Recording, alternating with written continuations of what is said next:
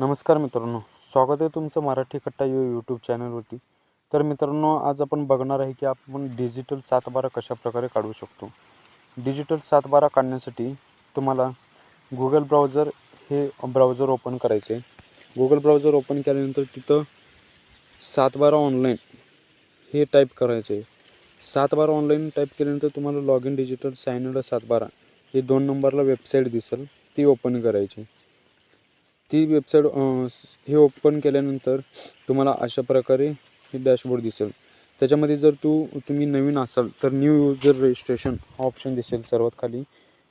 जर तुम्ही already registration केलेलं असेल तर तुम्हाला 2 ऑप्शन दिसतील, रेग्युलर लॉग इन आणि OTP बेस्ड लॉग इन. तर मी OTP बेस्ड लॉग इन करून घेतो आहे. तर तुम्ही तुमचा मोबाईल नंबर जो आहे ते रजिस्ट्रेशन करते वेळेस दिलेला तो टाकून घ्यायचा आहे. त्याच्यानंतर तुम्हाला सेंड OTPवरती सिलेक्ट करायचं आहे. सेंड OTP केल्यानंतर तुमच्या मोबाईलवरती नंबरवरती एक OTP जाईल. तुम्ही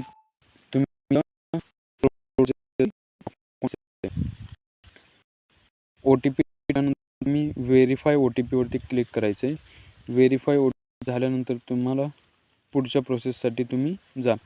तर अशा प्रकारे इथं आल्यानंतर तुम्हाला जर ULPIN आपल्याला ULPIN क्रमांक माहिती असेल तर टाकायचं आहे. नाही जर माहिती असेल तर तुम्ही तुमचा जिल्हा सिलेक्ट करायचा आहे. जिल्हा सिलेक्ट केल्यानंतर तुम्हाला तुमचा तालुका सिलेक्ट करायचा आहे. तालुका सिलेक्ट केल्यानंतर तुम्हाला तुमचा गाव सिलेक्ट करायचं आहे. गाव सिलेक्ट झाल्यानंतर तुम्ही अंकित सातबारा किंवा अक्षरी सातबारा अशा प्रकारे दोन्ही सातबारे काढू शकता.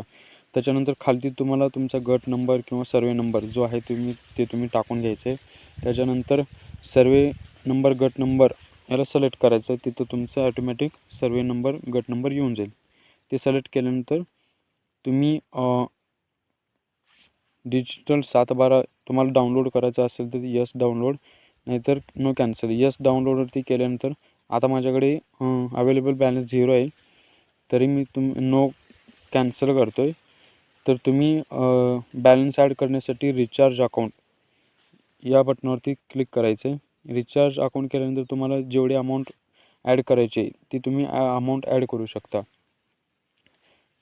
अमाऊंट ॲड केल्यानंतर पे नाऊ या बटनावरती क्लिक करायचं आहे. टर्मिनेशन बॉक्सला सिलेक्ट करायचं आहे आणि कन्फर्म करायचं आहे.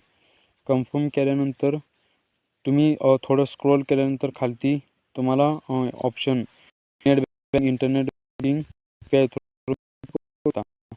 UPI पेमेंट आहे. UPI सिलेक्ट केल्यानंतर